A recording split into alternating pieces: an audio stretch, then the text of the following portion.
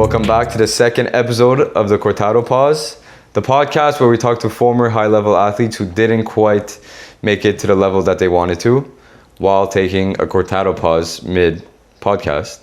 In today's episode, I have another very good friend of mine who I've known for like 20 years now. We went to elementary school together, we went to high school together, and during COVID, we kind of rekindled our friendship that we lost in high school, but I'm really excited to have him on, and it's going to be the first guest that we're going to talk about soccer, actually, so it's going to be a great one. I want to introduce John Cevik. Thank you so much for having me. I'm really looking forward to this. John, first of all, have you ever made a Cortado before? Never, and I only heard about that name when you mentioned it to me. I've never heard of it on our before. Run 2 days ago. Yeah, that's the first time. But you've made lattes before, right? Yeah, lattes I've made espressos. I'm not a coffee drinker. So when you said Cortado, I was like, what is this? I had no idea what it was. Okay, we're going to go and we're going to take our Cortado pause now. Let's do it. So, John, you never made a Cortado, right? Never. Do you know what it consists of? Is it like a latte? It's light-ish, but it's in a small glass. Like a latte would be in a big glass. And it has to be, it's typically 50% espresso, 50% like steamed milk. So you've made lattes before? I have. Okay, so Same now concept, with this ish, now with this information, go ahead. Okay. Yeah. Am I on my own? You're on your own. I'll guide you a little bit, but right now you're on your own. Do you know how to do this? Just press it, just press. Okay. Go. Just hold it. Go a little bit higher. There. Hold it there. You're gonna have to pull out. No, just keep it. Okay, stop. It's good. It's good enough. This and this. Perfect. And now in here. What the hell is this? This is the hard part. I have to find it. No, you shouldn't have to find it. You shouldn't have to fight it. There you go. It's good like this. It makes sense. Or should it be more central? Let me see. No, it's good. It's good. Okay. All right. Perfect. Put this here like this. It's double. It comes out double. Oh, it's double. Yeah. Oh, okay. And now I click this one. Yeah. I click right. Click it. But you're gonna have to stop it. I have to click it up eventually. Yeah. Okay. It's up to you to know when to stop it. Perfect.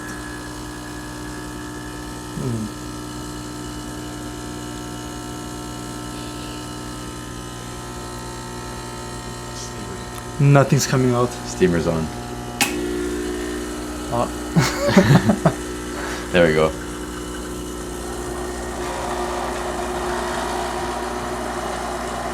Milk's going in, right? What? We're putting milk inside, right? Okay, Yeah, so we're gonna put. this is good? Yeah, I mean it doesn't look good, but it's fine. Okay. It looks horrendous. It looks really bad. Now, you have to steam the milk. This is cold milk. Now you click this. Okay, this. Yeah. Now you can steam it. Is it steaming? This guy. You have to turn the knob. Forward, other way. There you go. Now it's steaming.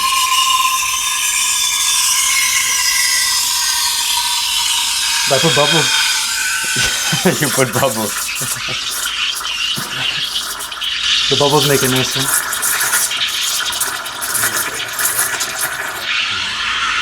Now it's up to you to stop it.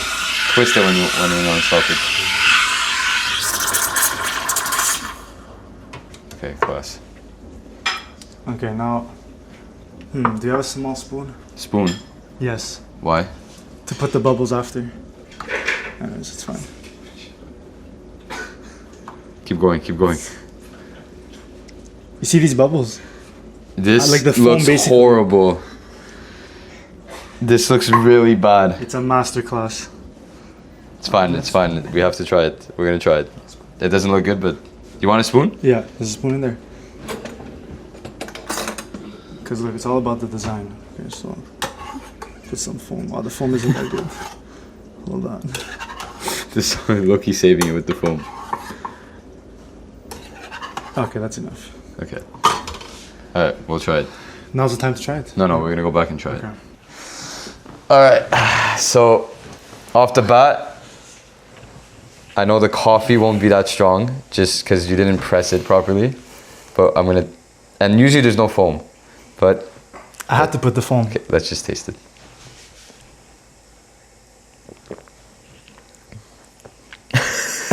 Taste it. I don't know if it's good or bad. Taste it. It's milk and water. This is honestly one of the worst things I ever It's drank. really bad. It's usually way better than this. No, yeah, it's usually. So is it the machine's fault or is it my fault? It's your fault because you didn't press it hard enough. So it's basically just water that ran through. Listen, we're not going to put it to waste, but... It's fine. I'm going to drink it Okay, still. good. But on 10, for our last guest, I think I gave him close to an 8. This one, An bro. 8? Yeah. This is what, like a 7? No. I'm going to give it a 3. A 3? It's really bad. It's really bad. But okay, forget about the Cortado now. Let's really dive into what we're really here for. Let's do it. And I really want to start with tuning in on your youth career and just explain a little bit of where you started playing, just a little bit of your pathway in your youth soccer. Well, I first started when I was 6 years old with Salaberry, the team right next to our house on Salaberry Street. I played there for from 6 to 8 years old. I think my dad was a coach at that time, but we weren't really like happy with the way they were doing stuff. The team I don't think was really that good. There weren't many options for the players, so we went to our arch rivals, Huntsic Braves. Arch rivals. Yeah, bro. All the soccer guys were over there. It was a much bigger organization, and I went over there. My dad brought me there, and over there it was way more fun.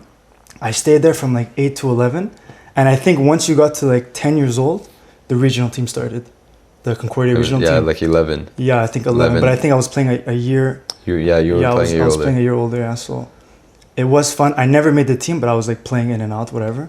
And the coach really liked me for the regional team. And he told me to stay with Huntsic Braves because then eventually they're going to go AAA. AAA started around 12, 13 years old.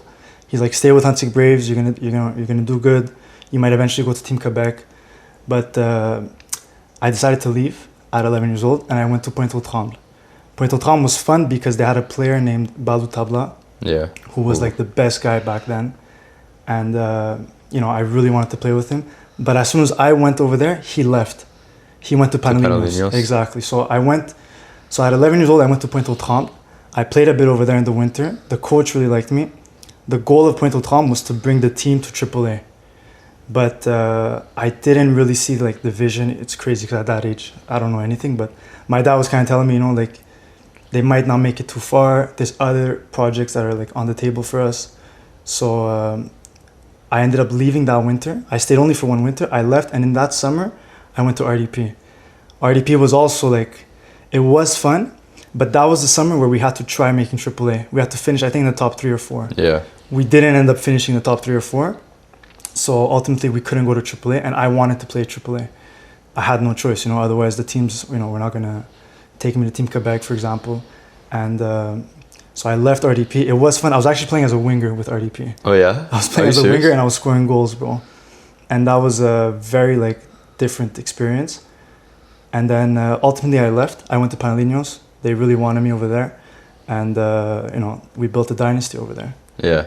I mean, that's something that we're going to get into because those Panelinos teams were something different. And I played on that team before it ever became as good as it was. I played before you ever came, before I think Balou was there when I was still there. I had left when he came.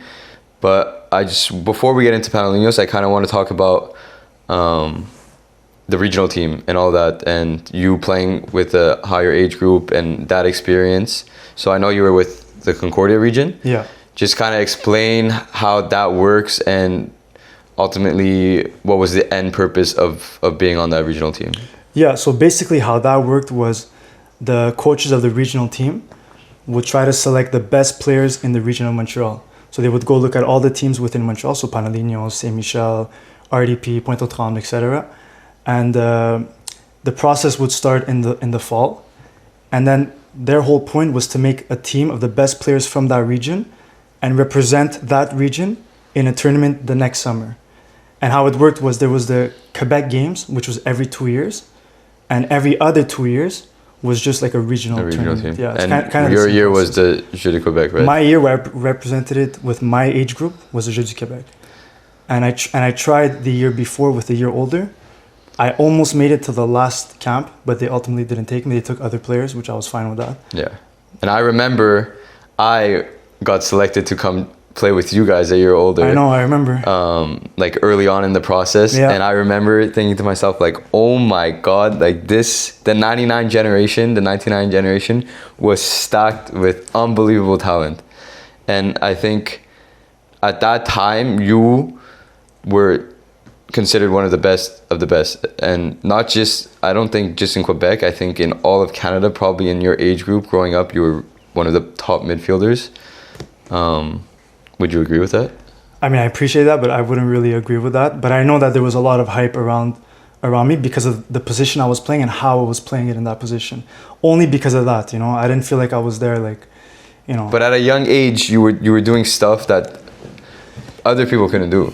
I guess, yeah. I couldn't do a left foot long ball at 11 years old like you were doing, bro. I was lucky enough, honestly, that I had a dad that would, you know, train with me every single day. You know, we had a pretty big backyard. And every time he would come back home from work, we literally would just do passes and then long balls. Or he would go from far, throw me the ball. He would tell me to control it. And then he would tell me to send it with your left foot, send it with your right foot. So I was lucky I had that. You know, I was also lucky to play with good players.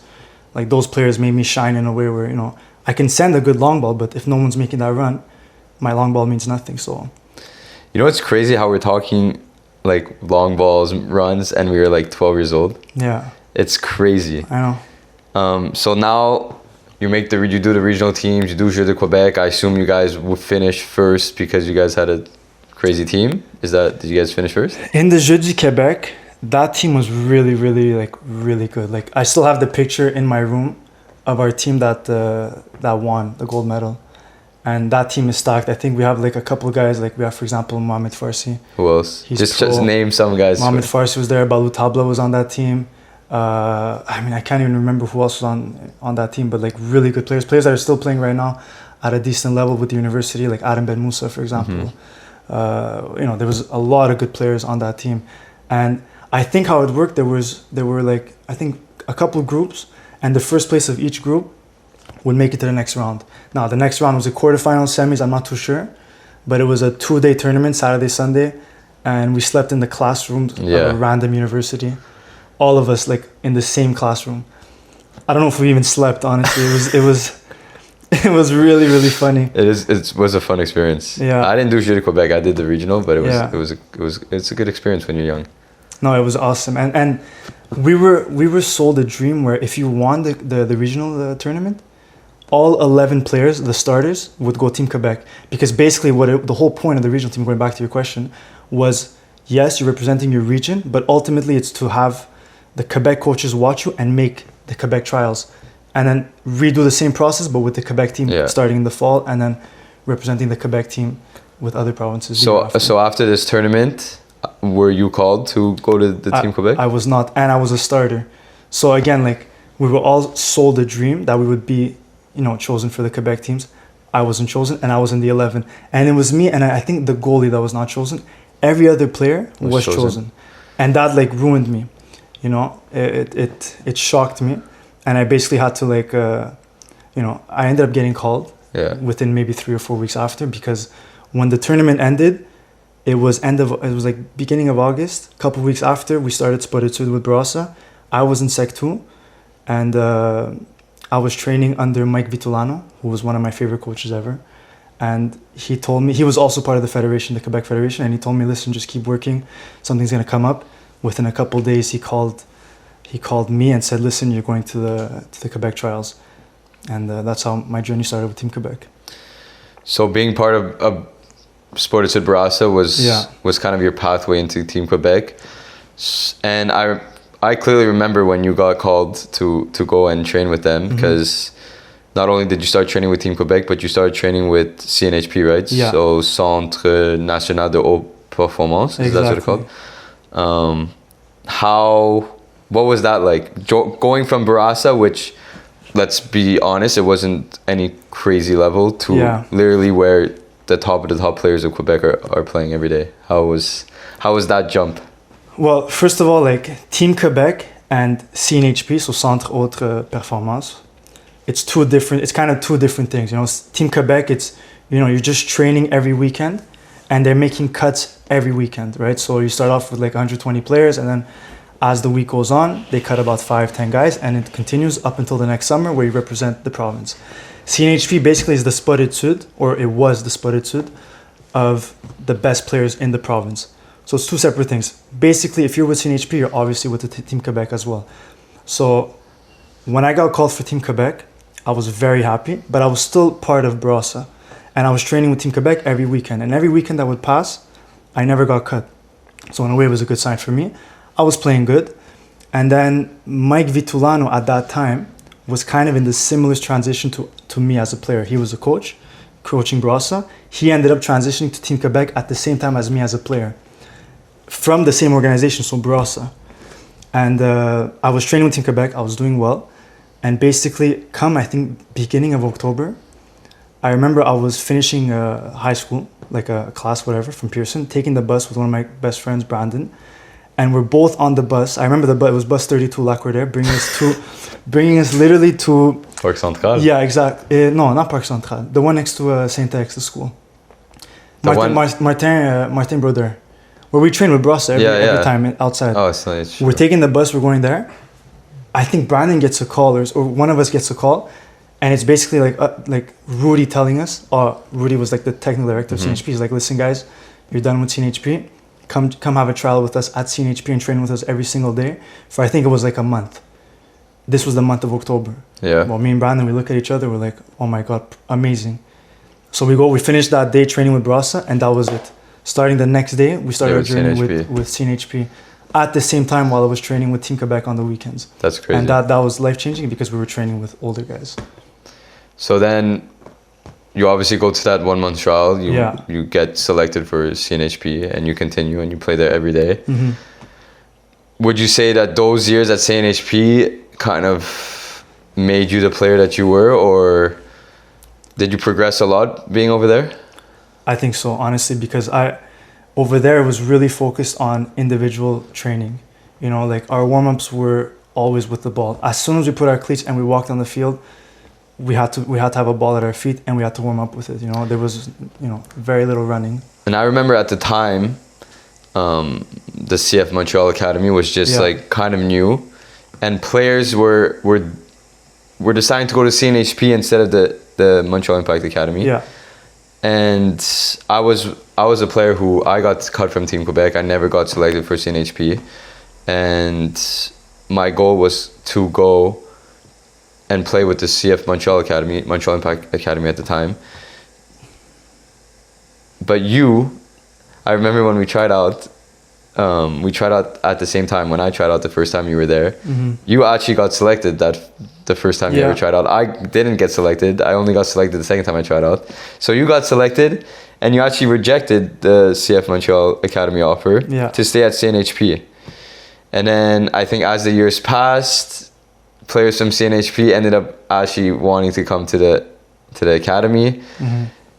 Is that something that you look back on and you're like, maybe I should have went to the academy at the time? Obviously you don't know in that moment, but what do you think about that? What are your feelings about that? It's tough, like as time went on, I probably think I should have taken that route and gone with the academy, because a lot of those players, I mean, we didn't know this back then, but when the CPL came about, I was about 18, 19, and that was the perfect time from transitioning from the last year at the academy years to the professional level. If you didn't make it to the first team of Montreal Impact, well, you had the CPL that was starting, and that would have been the perfect path. Do the academy, go to CPL, worst case scenario.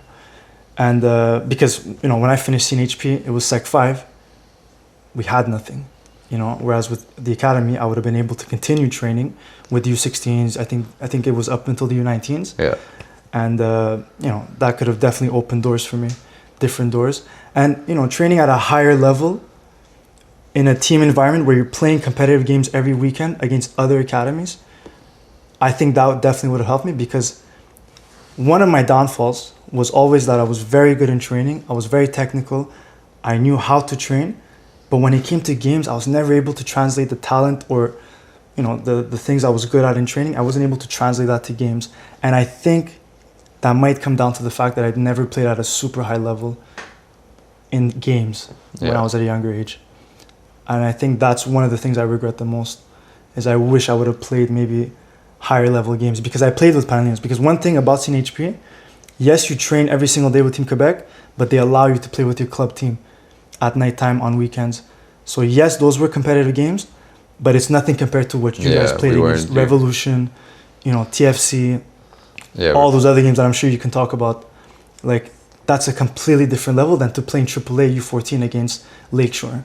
Yeah. No disrespect, but compared to like the Revolutions and the Dallas or all those teams, it's different. I think I would have definitely benefited if I went that route. But in terms of individual skill, I don't regret choosing CNHP because I did develop a lot individually, juggling the ball, doing the basics of soccer.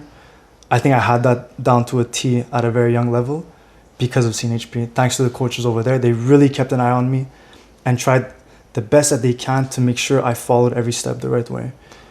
I also think it's kind of unfortunate that at the time, nobody really looked to go to the States and play NCAA soccer. So I think if you were in that situation now, you could have easily went and jumped and played college soccer, which probably would have been unreal for you. So it just sucks that like no one really did that back then. And I think you told me that you even had, like, you spoke to schools, but at that time no one knows anything about that stuff. It wasn't as big as it is right now. Like, just with social media and everything and the exposure that people have gotten through that, like no one knew back then. Even when I went, no one was really going. Now everyone's going, and it kind of sucks that you didn't have that opportunity. But you did get the opportunity to play in the Canada games. Yeah. Which I don't know if they still do that. They do. They just had one. I think, so I did mine in 2018. It's every 4 years. But I think they skipped because of COVID. Anyways, they had one recently and Quebec won. I don't know if it was this past summer or the summer before. I think it was this past summer, I think. Quebec won. How was? Did you guys win when you went? We finished third. Third? Yeah. Which is respectable. We lost in the semis to Ontario, and then we beat, I think, Alberta in the bronze medal game. And that must have been a cool experience. Yeah, but the tournament, yes. But that bronze medal game, I couldn't participate because I got a red card in the semis. And should we? Yeah. What did you do? We can go into it. I mean, it was a. I remember it was on TSN, which I was like, damn, like I'm watching John on TSN, and then I'm watching the game, and then the next moment, you're pointing the middle finger at someone in the stands. And it's still a hilarious video because people just recorded it on their phone, and every year pops up on Snapchat memories. Every year during that time, I get so many videos of that, like from different people sending me this. Sip. Good luck. I'll go for one a bit later, but oh my god. Basically, bro, when that moment happened, every single year that moment happened, people sending me videos of that incident. And I mean, sure, we can go into the details, bro. It was basically, we were losing, I think it was 2-0. It was like the 70th minute. The ball goes out. It's Ontario's ball. And the guy, obviously, is going to waste time. He's taking his time, whatever, to get the ball. And but the ball boy has the ball, right? He can literally just give it to the Ontario player, and he's not doing it. And like seconds pass by. I'm like, what's going on, And then I start telling the ball boy, give the guy the ball, let's go give it. I'm sure you said it worse than that. Yeah, well, I started off nicely, I'm a nice guy. I started off nicely. And then out of nowhere, time goes on. He's still not, giving the ball. I'm like, give the ball. Nothing. Give the ball. Nothing. And I start screaming, like, give the fucking ball, Yeah. And then, like, suddenly, I swear, it's like, it was pretty loud, the environment. For whatever reason, everything went silent. It felt like I was in a movie. And then I hear someone in the crowd saying, don't talk to him like that.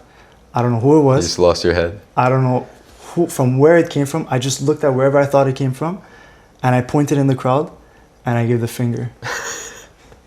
As the immature kid I was, I gave the finger to a random person in the crowd. And straight red. And I got a straight red.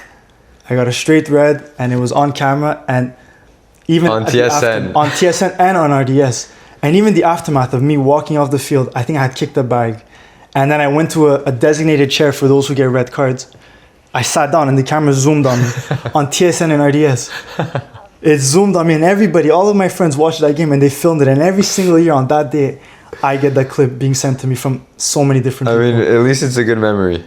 Like, Well, it's funny. At least you have a funny story to tell your kids. I'll say a story really quickly. Like on the closing ceremony of the Canada Games, all the athletes like were in a big area in like the designated like athlete area, and it was nighttime. It's the end of this. It's the the end of the tournament. Everyone's in a good mood. We're all celebrating, win or loss. It didn't really matter. We're all over it, and there's a huge circle, starting where people are going. They're dancing. And then every now and then there would be someone that goes in the middle and start dancing and then leave and then another person would come in. And it's a huge crowd with all the athletes from all the other provinces. And like music is happening, people's dancing. All of a sudden someone shoves me inside the middle. I pause, I look around and I just give the finger. And then everyone goes, yeah, they start screaming. It was so random. And then everyone comes closer and we're all like just screaming whatever. And it was That's just sick. random because everyone knew about that moment. And I completely regret it. I would never do that again, yeah. Yeah, I mean, it's an infamous We were moment. down 2-0, 20 minutes left, I'm not helping the team. doing Yeah, that. and then you don't get to play in the bronze medal Yeah, again. and I after that moment, I didn't speak to the coach for a long time, like 6 months. Like we Who's the didn't even coach? speak. Alex Salvoni. I don't even know who that is. He's a very he was he coached a Yeah. lot of big teams back then. But he didn't speak to me for a long time, and then I ended up seeing him somewhere in like a cafe or something a few months later, and we just laughed about it. Yeah, it's always something you just laugh about. Yeah. But after that, so after you play in the Canada Games, or that's what it's called, that's when you start your career at Concordia in USPORTS, and you start off in your rookie season. You actually make the all-rookie team, Yeah. and then I think you spend 5 seasons at Concordia. Yeah, I played my last season in 2023. And obviously 2020 was the COVID year, we didn't play. So I did 4 seasons with the Stingers. 4 seasons over a 5-year span. Over a 5-year span, yeah. Alright. And how would you describe, so I never played U Sports, I only played in the States, as you know. How would you describe that experience playing in Concordia? And obviously at first was there the CPL draft at first in your first season or any of that? I don't think so. I think the CPL draft came in 2020. Yeah. So for someone who had a great first season like you, it kind of sucks that CPL draft didn't exist because you never know what could have happened. Yeah. But kind of just explain what you went through at Concordia, how you were also captain. Just explain anything that just good memories, maybe a story that points out to you. Just get into it a little bit. I tell this to everyone. Out of all the teams I played in since Salaberry 6 years old, I had my most fun with Concordia. Maybe it was because I was older, I was a young adult. I mean, I still am a young adult, but maybe because just the freedom we had, because I also played with Dawson College. That was also very fun, but nothing compared to Concordia. With Panelinos also, when I was much younger, we did Canadian Championship, we did a lot of different things. And Concordia, we never really won things, but it's every single year, there would be new players, it would be a new environment, and we were always able to create new memories with these guys. Like when preseason would start beginning of August, it was the most hyped thing to look forward to. It was the beginning of August. We were all looking forward to that moment. And we all wanted to play these big games because I still remember my first game with Concordia. It was on a Wednesday night in 2019 against Three Rivers, Trois-Rivières. Those guys were all huge. And they were monsters and they would run fast, they would tackle, win every aerial duel, play long balls, win the second, third, fourth ball. It was incredible. I was not used to it. CNHP, just to go back to that, we're very technical, ball on the ground and play in tight spaces, And that transition to go to U Sports was completely different for me.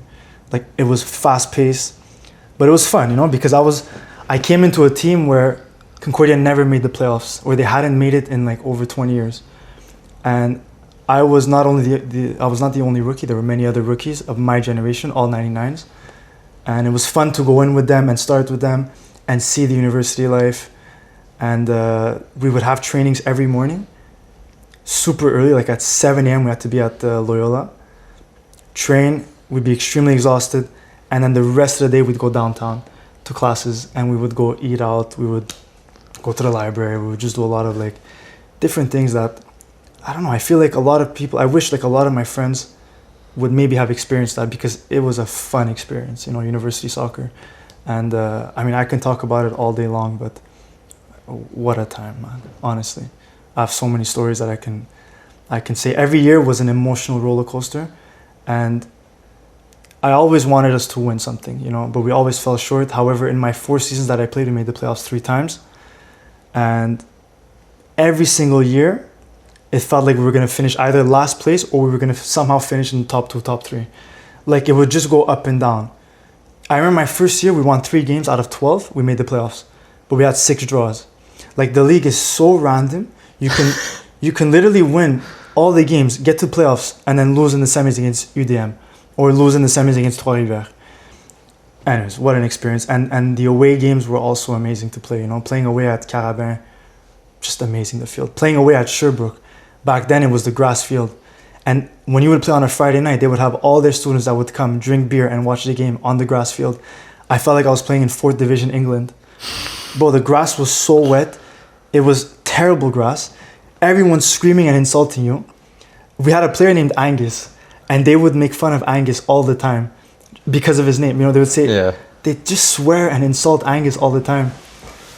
But, you know, luckily every time we went to Sherbrooke, we would win games, and, you know, that would make the crowd. So obviously you have great memories with Concordia, and like you said, I could relate to that feeling in August where preseason starts. It's the best time of the year. You get to know the boys. You create those memories, early trainings, this and that. When it all is said and done and you finish your last season in 2023, how do you feel? Are you continuing to play after you finish with Concordia?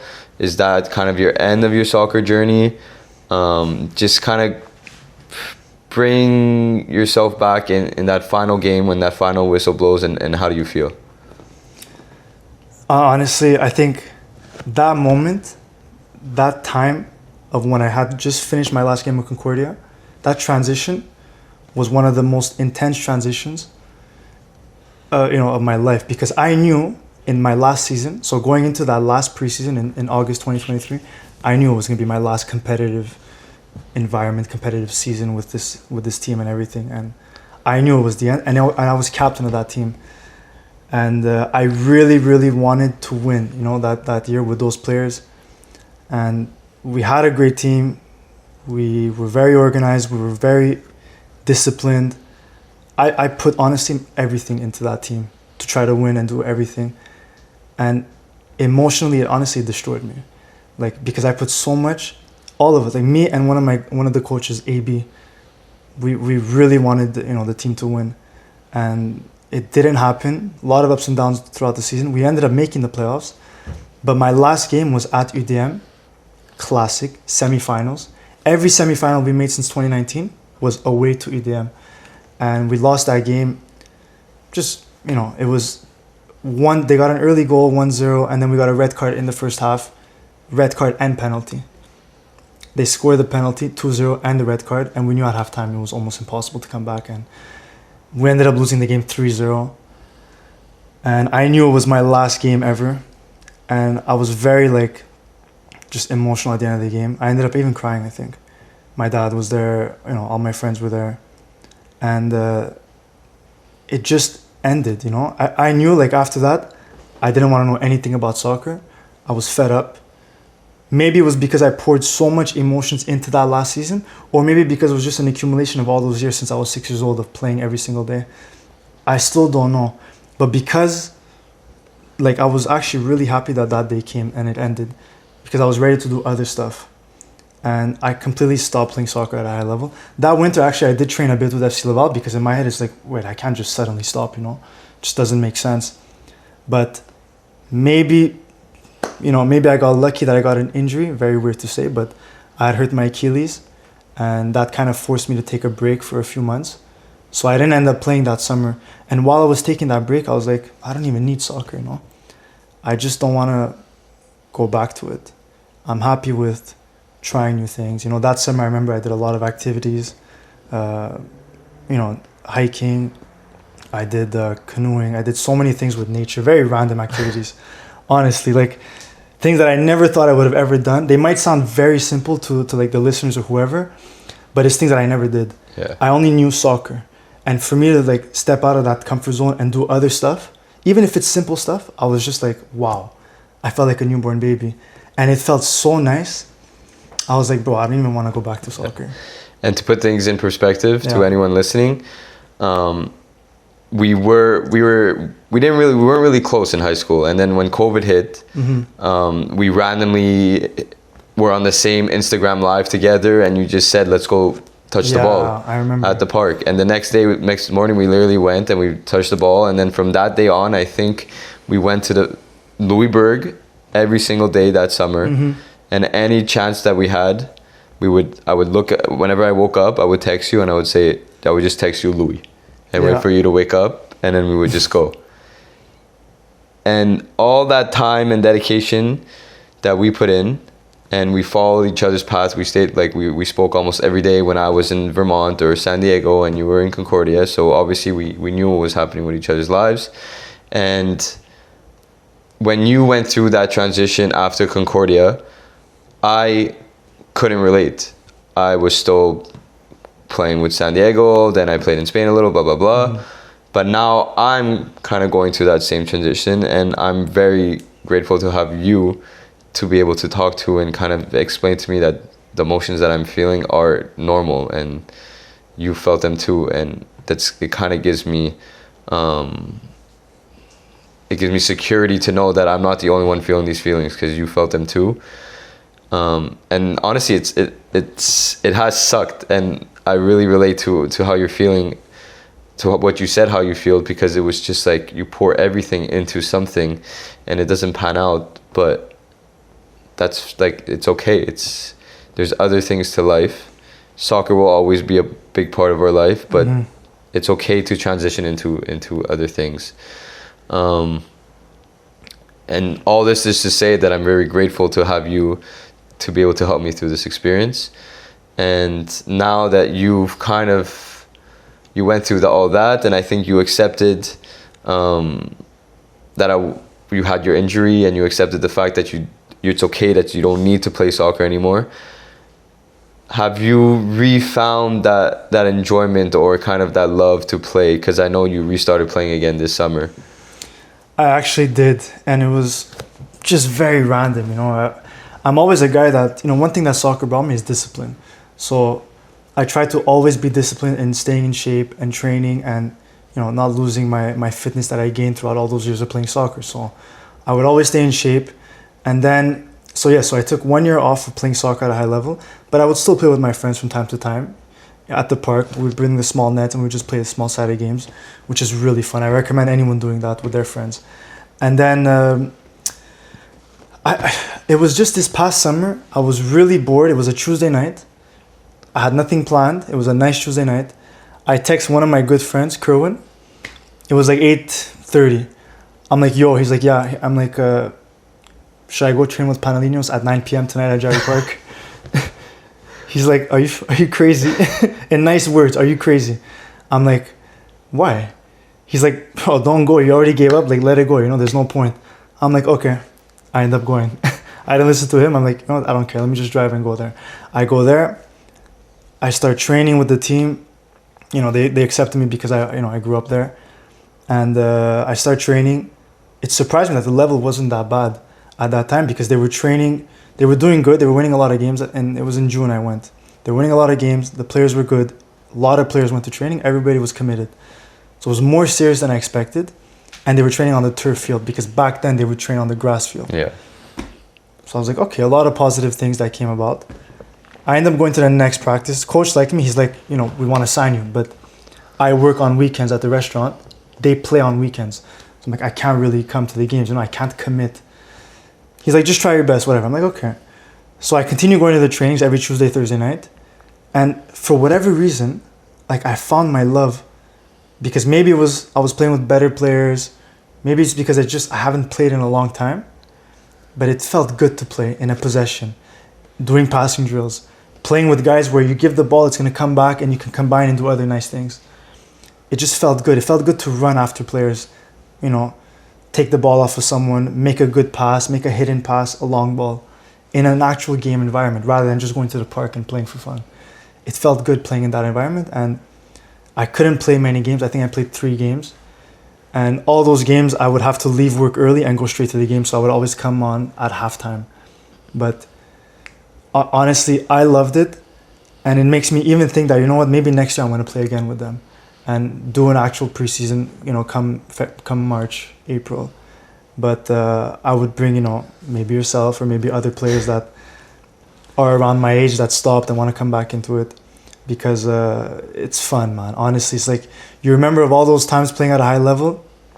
It feels good to play back in an actual team environment, you know. So maybe I'll do it next year. Yeah. We'll see. And I really think I'm happy to hear that you're able to play and just have fun, because I've explained this before, but I've never played soccer to just have fun. I've always just played For a purpose. Yeah. Whether that, even if we're just playing pig at Louisburg, it wasn't because it was fun, obviously. Like, we would play for hours and hours, but it was always, okay, my touch is getting better, so I could be pro, blah, blah, blah. It's always this, always that, always the end goal in mind. Now it's like, why am I playing? And I hope, and I'm sure I'll get to a point where I'm like, oh, I just want to play just because I enjoy playing it. So to have someone like you that you felt the emotions that I'm feeling right now, get through it and play for fun, that's encouraging for me. Yeah, you're gonna see, like, everybody, like, we all evolve, you know. We realize at one point in life, it's not that deep, you know. I let go of the fact that I want to play high level, that I want to play with good players. I let that idea go, and I adapted into a new way of thinking where it's okay if the ball doesn't come back. It's okay if, you know, we lose the ball after 2-3 passes. We got to run back. We got to defend a bit more than keeping the ball in a game. It happens. It's going to happen that most probably rather than keeping the ball and doing things that I'd want to do. Like, you just evolve with time, and it's just like, you know what?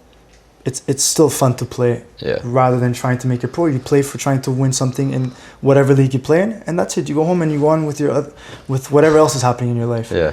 And I'm glad that I realized that, because I didn't think I would ever realize that when I was in the moment of playing in 2023, when I was playing in 2019. I never thought that I would play just for fun. But there's always a different purpose in life, and everybody evolves at a certain point. So, going back on what you said on, you would just play to try and win the league, and then you go back home and you continue on with your life and what you're working on then. What has kind of been your goals and your passions since kind of moving away from soccer? Well, you know, that's one thing I'm kind of struggling with, or I definitely struggled with a bit more when I had just finished. But one thing is for certain, fitness. Like, I love being in shape, I love training, and I love waking up and knowing that, okay, I have certain objectives, physical objectives that I need to, you know, meet in order to accomplish my days. So definitely fitness is on top of there. And by fitness, I mean, like, I kind of stepped away from the gym and I started doing more calisthenics workouts. And I love that. That's one of the, let's say, hobbies that I kind of like pursued after soccer. Another thing I really like doing is reading more like books on, you know, it could be any types of topics, but I definitely enjoy reading a bit more.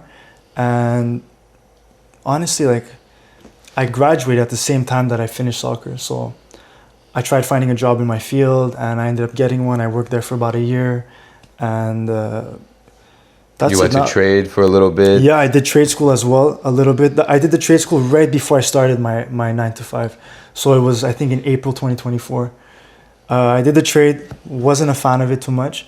But basically, like, as you can see, it's like soccer's done. So I'm trying all these new different things, you know. And some people find it right away. Some people know what their thing is while they're still playing soccer. Yeah. But some don't find it. Some don't find it for many years. And for myself, which I've stopped playing 2 years now, I still don't necessarily know what I want. But just like I didn't know that I can give up soccer back then, I know that right now it's like, okay, I don't know what I want, but no problem. I know I'm going to find something eventually, you know. And the proof of that is because of soccer, you know. Like, I never thought I would be able to just play for fun. Yeah. but that's what I'm doing right now. So I'm not worried for anything in life. Yeah, and bro, you're a smart guy. You work hard, discipline. I think soccer brought us so much discipline that whenever you find that passion and something that you want to do, you're gonna put your head down, you're gonna work, and you're gonna be very successful at it. I hope so. Yeah. Well, honestly, I just want to thank you for not only just being here as a guest and being my second ever guest on the Cortado Pause. I just want to thank you for being there for me throughout all the years, whether that be while I was in Vermont or San Diego. You were always someone that I could just text and know that you'll just give me the truth and just be honest with me, whether it was I'm going through something on the pitch or off the pitch, injury. You're always someone that I looked up to, and always someone that we always had that competitive edge against each other. And I think that started when we were young. Every time that you did something great or good, I wanted to do something good too. And I think it was kind of a healthy competitive edge that we brought together with each other. Especially Pig. Yeah, Pig, class. That was amazing. But just going back to it, you were someone that I've always could just rely on, text, and you just give me the truth. And that's something that I want to thank you for, and just for being there for me and being there for me now, because none of my other friends have really gone through what I'm currently going through, and you're the one that can relate to me the most. And you've given me incredible advice, and just you being here right now and talking about your experience is helping me. And this is the whole point of the podcast. It's not for people, you guys listening. This whole thing is for me, guys. It's very, very selfish of me that I'm just creating this whole podcast just as a therapy session.